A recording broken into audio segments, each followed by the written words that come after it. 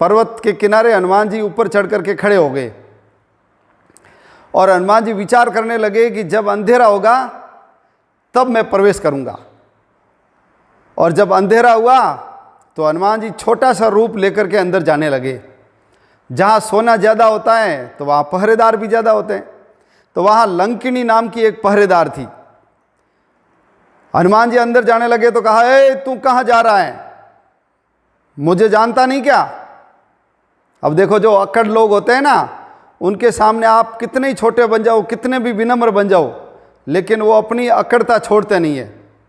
तो हनुमान जी ने कहा, मैं तो नहीं जानता, आप ही बता दो आप कौन हो। उसने कहा, मैं यहाँ की पहरेदार हूँ और चोरों को ही खाती हूँ। तो हनुमान जी मन में विचार करने लगे कि मैं तो चोर का पता लगाने आया हूँ और ये कह रही है मैं चोर को ही खाती हूँ।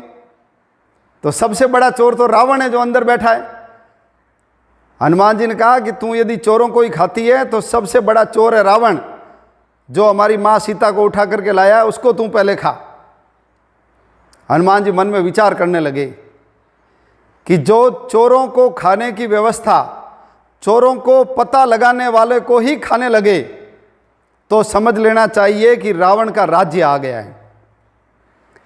और जहां चोरों को खाने वाली व्यवस्था, चोरों को पता लगाने वाली व्यवस्था को या व्यक्ति को खाने लगे तो फिर क्या करना चाहिए? तो वही काम करना चाहिए जो हनुमान जी ने किया। हनुमान जी ने क्या किया? हनुमान जी ने मुष्टिका का प्रहार किया। मुष्टिका यानी क्या?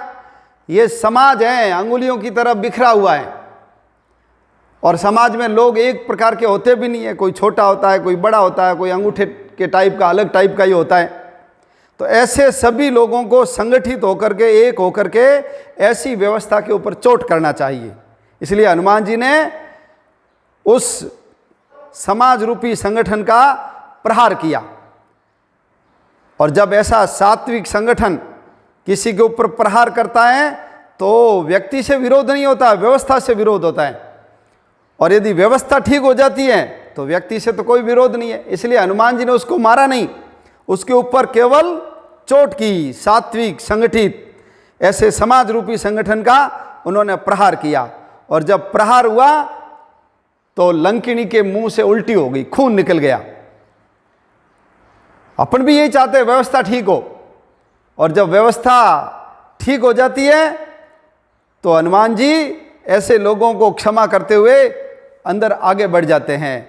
तो अपन लोगों को ये संदेश है कि समाज रूपी ये जो शक्ति सोई हुई है, उनको पांचों अंगुलियों की तरह एक करके हनुमान जी से प्रेरणा लेकर के जो अव्यवस्था करते हैं उनके ऊपर प्रहार करना चाहिए। और जब प्रहार करते हैं तो वो व्यवस्था ठीक हो जाती है।